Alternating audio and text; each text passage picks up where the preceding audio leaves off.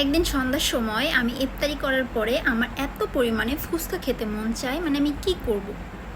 আমি কোনো রকম ইফতারি করে আমি নামাজটা পড়ে কোনো রকম রেডি হয়ে আমি গেলাম ফুচকা খেতে, ফুচকা মামার কাছে, যেখান থেকে আমি রেগুলার ফুচকা খাই।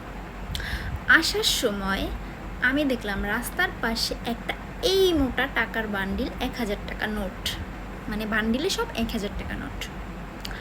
টাকাটা আমি এদিক ওদিক না তাকাইয়া তুলে নিলাম।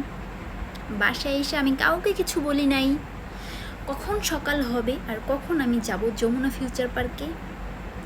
সকাল হইতে না হইতেই গেলাম যমুনা ফিউচার পার্কে। যত পাকিস্তানি ড্রেস আছে সব আমিই কিনলাম, যত আঘানোর আছে আর যত কী কী আছে সব আমিই কিনলাম, যত দামি দামি কসমেটিক আছে, যত দামি দামি জুতো আছে সব আমিই কিনলাম। হঠাৎ করে আমার ঘুমটা ভেঙে যায়। আমার মতো স্বপ্ন কে কে দেখেন কমেন্ট করবেন।